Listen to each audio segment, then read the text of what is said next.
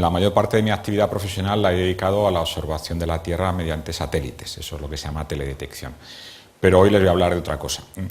Mi segundo sombrero, que llevo puesto desde hace 6 años, o sea, una pequeña parte de mi vida profesional, es una cátedra de ética ambiental que está financiando una fundación y en el que intentamos unir un poco la ética y la ciencia del medio ambiente, intentando volcarla hacia un fin más operativo, por decirlo así, ¿no?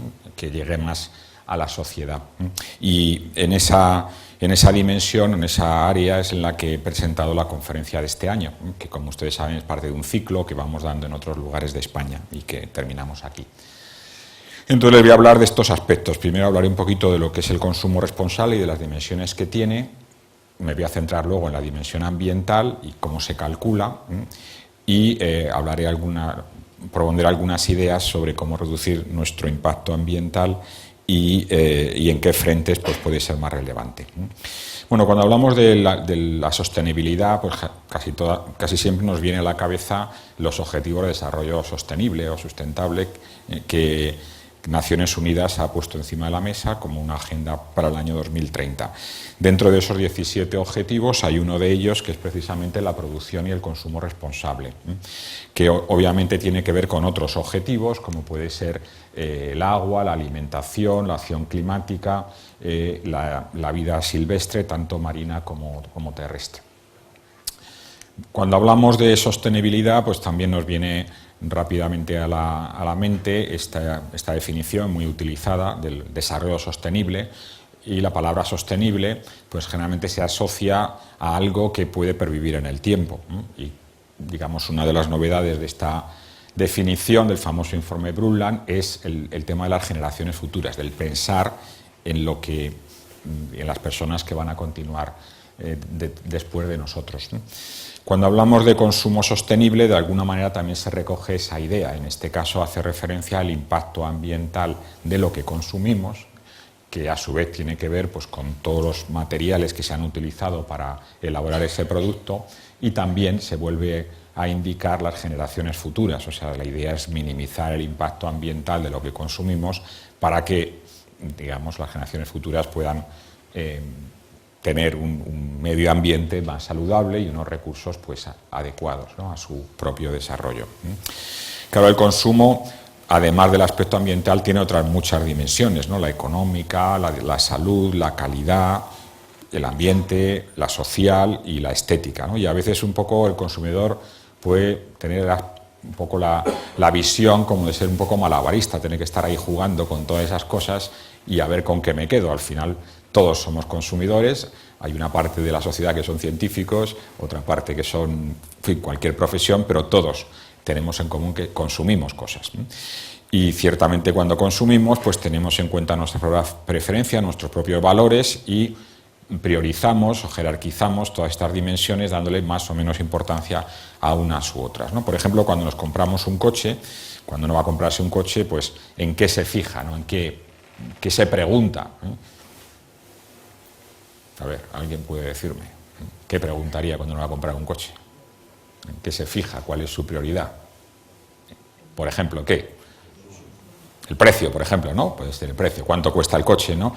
La seguridad, a lo mejor hay gente que está más preocupada por la seguridad, pues qué medidas de seguridad tiene este coche, o cómo es de sólida la mecánica, ¿no? Hasta qué punto, pues, el coche es fiable, es sólido, o algunos pueden estar más preocupados por el diseño, ¿no?, que sea un coche bonito, elegante, otros igual por el tipo de prestaciones que tiene. Pero ¿cuántos nos preguntamos al comprar un coche el impacto ambiental que tiene el coche, ¿no? ¿Cuánto emite ese coche, ¿no? ¿Cuánto CO2 ha sido necesario para producirlo o es necesario para utilizarlo?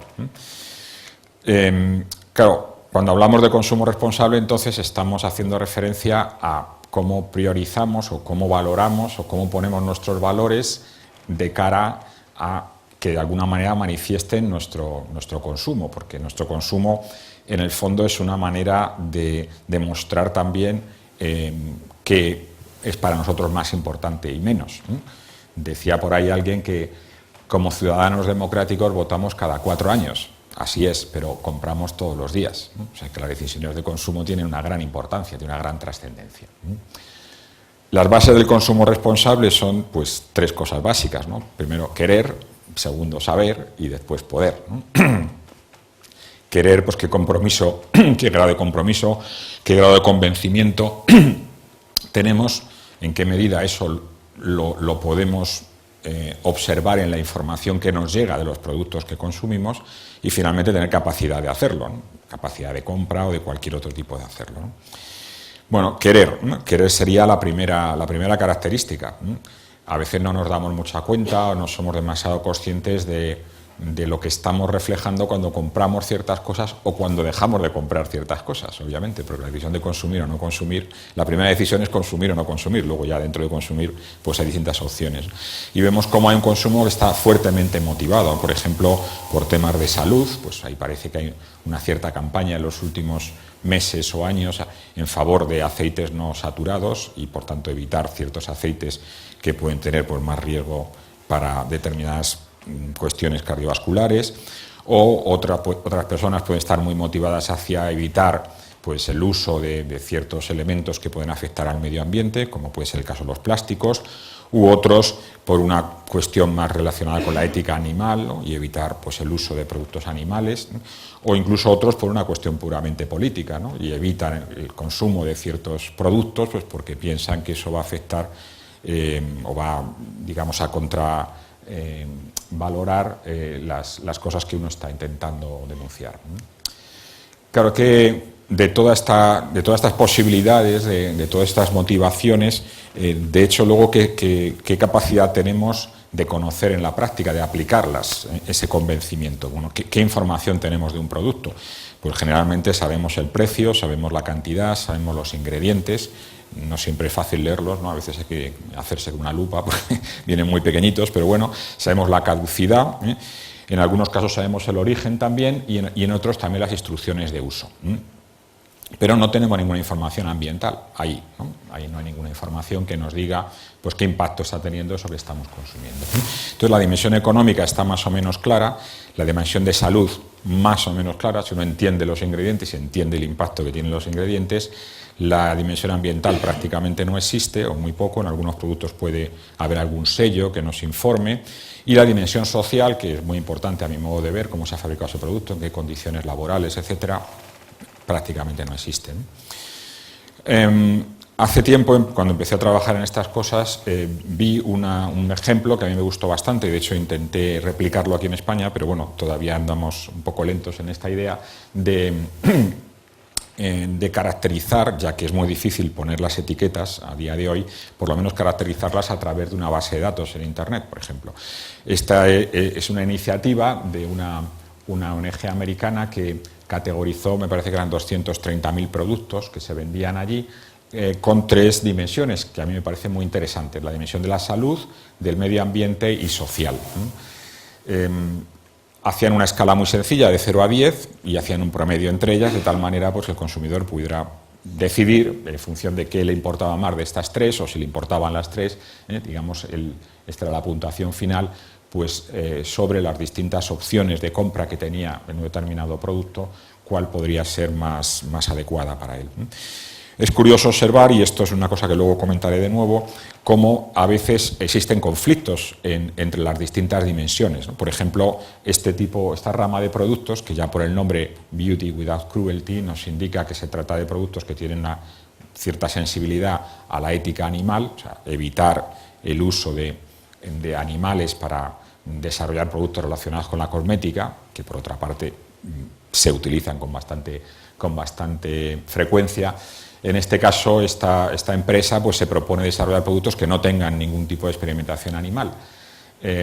Bajo ese punto de vista sería una oferta bastante apetecible para una persona que tuviera esa inquietud, pero resulta que buena parte de estos productos contienen ingredientes que son peligrosos para la salud humana.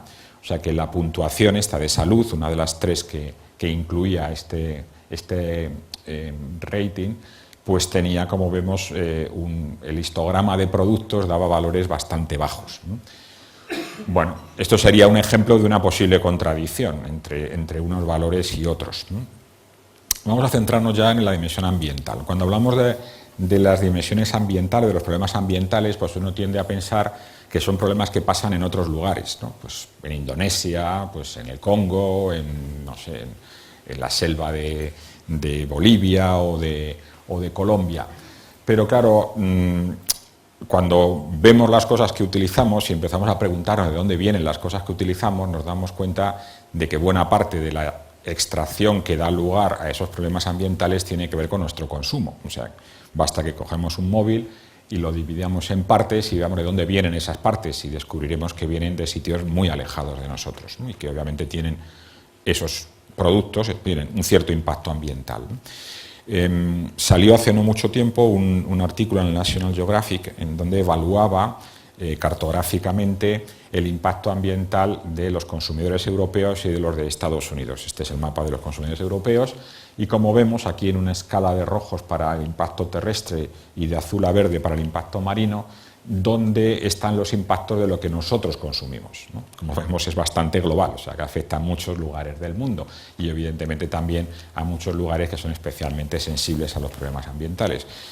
Claro, esta conexión entre los problemas ambientales y lo que hacemos diariamente no siempre es fácil, yo diría que no es muy frecuente, porque la preocupación ambiental de buena parte de las personas se acaba mostrando como una escala de valores que tiene poco que ver a veces con su vida cotidiana. Esto es una de las líneas de trabajo de la cátedra en la que estoy, precisamente, y una de las líneas es analizar a través de encuesta la relación entre la actitud y el compromiso ambiental de estudiantes universitarios, por ejemplo. Este es uno de los gráficos que hemos obtenido de esas encuestas, en donde estamos relacionando el grado de compromiso ambiental autopercibido, lo que ellos dicen, que para ellos es un compromiso ambiental bajo, medio o alto, en marroncito está el alto, y la relación que tiene eso con lo que compran. Entonces, una de las preguntas que les hacíamos era ¿qué proporción de lo que compras consideras que es necesario? Entonces, entre los que tienen un alto compromiso ambiental, la proporción de lo que compran, que realmente no es necesaria, o sea, menos de un 10% de lo que compran es necesario, es más baja que las que tienen un compromiso menor, pero aún así es importante, como vemos ahí. De hecho, pues casi el 50% de los que se consideran con un compromiso ambiental alto consideran a su vez que la mayor parte de lo que compran no es necesario, ¿no? Y obviamente el consumismo está detrás de los problemas ambientales. Esto es así, ¿no? No hay mucho más que discutir. O sea, todo lo que supone un impacto ambiental es porque se está produciendo para venderlo en algún sitio, para que alguien lo consuma, ¿no? Entonces es curioso cómo incluso la gente que tiene mucha sensibilidad ambiental no ve la relación entre el consumismo, entre lo que consume y los impactos de aquello, ¿no? Hay un informe reciente de la Unión Europea que califica el impacto ambiental de distintos sectores del consumo. ¿Alguien me puede averiguar cuál es el sector que tiene más impactos ambientales de nuestro consumo? ¿Alguien puede hacer así un...? ¿El qué? La alimentación. ¿Alguno más? La automoción. Transporte. ¿Alguno más? El más importante, bueno, serían los dos más importantes, son el de la alimentación, efectivamente, y el de la vivienda, ¿no? La vivienda, todo lo que tiene que ver con la construcción y con la calefacción o refrigeración de la vivienda. El transporte está en tercer lugar y en cuarto estaría el vestido. Esto aquí asumiendo pues, estos niveles de impacto, ¿no? El impacto que tienen sobre distintos procesos ecológicos, ¿no? ¿Cómo evaluamos el impacto ambiental de nuestro consumo?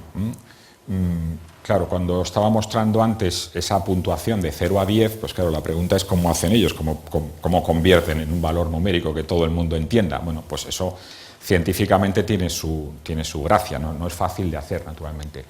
Pero yo voy a simplificar las cosas indicando que básicamente tiene que ver con dos elementos, ¿no? Por un lado, con la huella que deja lo que consumimos, o sea, el impacto que tiene lo que consumimos, la idea de huella, que ahora comentaré con más detalle, y la segunda idea es el ciclo de vida, que esa huella hay que integrarla a lo largo de todo el ciclo de vida del producto.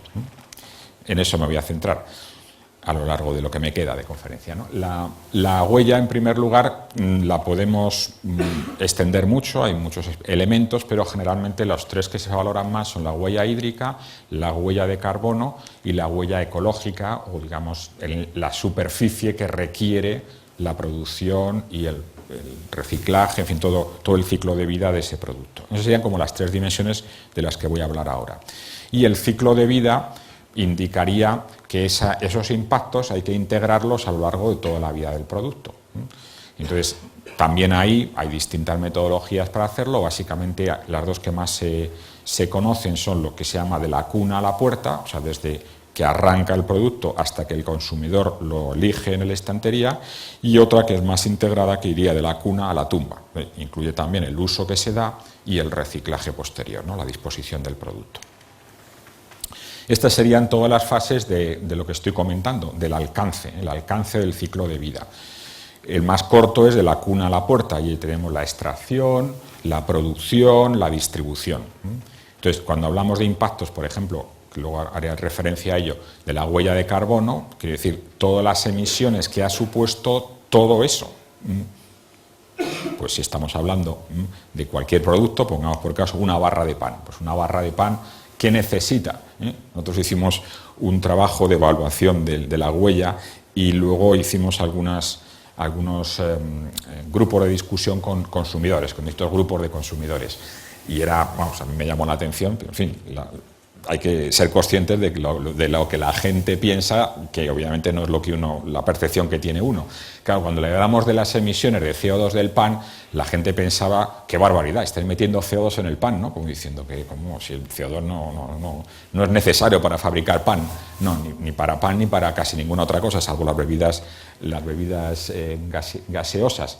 Pero obviamente para fabricar una barra de pan, pues hace falta roturar, sembrar, fumigar, si es el caso, abonar, transportar, etcétera, ¿no? O sea, se entiende un poco la idea. Claro, hacer todo eso, sobre todo el proceso, tiene su gracia, o sea, es complicado, ¿no? Pero esa sería la manera más correcta de sumar todo lo que realmente ha sido necesario para producir ese elemento concretamente, ¿no? Y eso deberíamos de hacerlo para cualquier producto que consumimos. Eso es lo que nos daría realmente el impacto ambiental de lo que estamos consumiendo. Bien, digamos, con esos dos conceptos, la huella y el alcance o el ciclo de vida, pues me voy a entrenar un poquito en explicar esos tres tipos de huella, ¿no? La huella hídrica, pues es el agua que empleamos para todas las fases del producto, vuelvo a decirlo. Pues todo lo que requiere, todo lo que ha requerido agua de alguna manera a lo largo de todo el ciclo del producto, pues habría que irlo sumando hasta que lleguemos a un valor concreto. ¿Alguien podría decirme cuántos litros de agua son necesarios para fabricar la camisa que llevo puesta? ¿Cuántos litros de agua hacen falta para beberse una copa de vino? ¿Cuántos litros hacen falta para beberse un vaso de zumo? ¿Alguien puede hacer una idea? ¿Tenemos? No se pierdan ustedes el siguiente episodio, ¿no? No, ahora se lo cuento. Pero bueno, esa es la idea, tener en cuenta todo el agua que requiere todo el proceso. Obviamente no el agua que lleva el vino estrictamente o el agua que lleva el zumo, ¿no? Sino el agua que hemos necesitado para cultivar las naranjas, para moverlas, para fabricarlas, etcétera, etcétera, ¿no? La huella hídrica obviamente pues se mide pues en cantidad de agua por lo que sea, o por superficie, o por peso, o por unidad, ¿no? Si estamos hablando de una camisa o de un pantalón. Bueno, el agua normalmente nosotros la entendemos como agua, ¿no? Lo que sale cuando le damos al grifo, ¿verdad? Pero la gente que trabaja más en estas cosas identifican tres tipos de agua. Las aguas azules, que serían las que vemos, la que sale del grifo, aunque no sea muy azul, ¿no? Bien, pero bueno, el agua verde, que sería el agua que está en los elementos de la naturaleza, vamos a decir, en las plantas, y que es evaporada, obviamente, y pasa al ciclo del agua, y el agua gris, que sería el agua que necesitamos para el proceso de restauración, por decirlo así, ¿no? De disolver los contaminantes que haya podido llegar el uso de ese producto, ¿no? Pongamos un ejemplo sencillo, ¿no? El agua verde, ¿no? El agua verde sería la diferencia entre la demanda hídrica, lo que necesita un cultivo para desarrollarse, y el agua que precipita. El agua que precipita, pues parte queda en el suelo, parte se evapora, ¿no? Entonces la que queda en el suelo es absorbida por el cultivo para el crecimiento. Entonces, si una es mayor que la otra, o sea, si hay más precipitación que demanda hídrica, pues no hace falta regar, ¿no? Digamos, el cultivo se mantiene, esto es lo que llamamos agricultura de secano, ¿no? Si necesitamos más agua, en este caso, pues necesitaríamos añadir agua azul, y a su vez ese agua pues va a ser una relación entre lo que necesita el cultivo y lo que nosotros estamos usando, que podemos estar usando más de lo que realmente necesita. No sé si se entiende ahí mucha flecha, ¿no? Pero bueno, más o menos se entiende la idea. Bien, entonces, claro, cuando construimos la huella hídrica de cualquier producto, pues tenemos que tener en cuenta, ya digo, todas las fases que ha ocurrido, y tenemos que tener en cuenta también, por esto que estoy diciendo, el clima en el que se han producido, en qué lugar se han producido esos productos, porque obviamente la cantidad de lluvia, la cantidad de agua que hay disponible de lluvia no es la misma en todos los lugares. Bueno, esto ha trabajado sobre todo un grupo holandés que lleva mucho tiempo trabajando en estos temas, y han promovido en el marco de la UNESCO todos los temas de huella hídrica, y esto sería un ejemplo de un análisis de huella hídrica de una camisa. Una camisa como la que llevo puesta, de algodón, pues más o menos requiere unos 2.700 litros de agua, más o menos.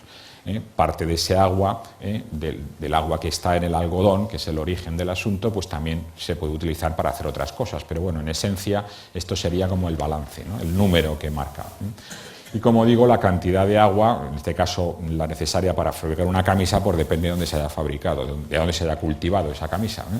Y bueno, como vemos ahí, el rango de litros, o en este caso de millones de metros cúbicos por año, pues va a depender mucho del clima en el que estemos, ¿no? Claro, esta idea de que cuando compramos cualquier cosa lleva un montón de agua dentro, pues parece un poco original, pero ya digo, científicamente es así. Por tanto, podemos decir que hay movimiento de agua de un lugar para otro. Estos son los intercambios que se identifican, que como pasan tantas cosas, pues hay lugares que son deficitarios y lugares que son excedentarios en agua, y que se corrigen, digamos, a través de la exportación. Bueno, algunos ejemplos de lo que comentaba antes. Una taza de café más o menos requiere unos 140 litros de agua, obviamente para producir el café. Una taza de té unos 30, o sea que entre café y té pues estamos ahorrando 110 litros de agua. Una cucharada de azúcar 80, un vaso de vino 120, un vaso de zumo 160, etcétera, ¿no? Bueno, estos son valores promedio, obviamente, insisto, dependerá de dónde esté cultivado, pero bueno, nos sirven un poco como referencia. De algunos productos, bueno, ¿qué es lo que más agua requiere? Pues las cosas más ricas, entre comillas. El chocolate puro requiere una gran cantidad de agua, como vemos ahí, 24.000 litros por kilo. Las carnes rojas mucho más, 15.000, 16.000 litros por kilo, frente, por ejemplo, a otras carnes blancas como el pollo y, por supuesto, a las verduras, ¿no? Que requieren tienen mucha menos demanda hídrica. O sea que, obviamente, elegir una comida u otra pues tiene un impacto u otro, en este caso sobre el agua. Segunda dimensión, digamos, una huella, el carbono. La huella de carbono, la huella de CO2, sería la cantidad de emisiones, la suma de las emisiones que requiere todo el ciclo de vida de un producto. Generalmente se suelen medir en una unidad, puesto que se emiten distintos gases, al final todo se intenta unificar hacia un gas estándar que sería el CO2. Entonces, como se emite CO2, se emite dióxido de nitrógeno, metano y otros gases, lo que se hace es sumar la cantidad de esos gases adicionales por el potencial calorífico que tienen esos gases, porque, digamos, en el fondo la huella de carbono va en la línea de estimar el impacto que tiene nuestro consumo sobre el cambio climático.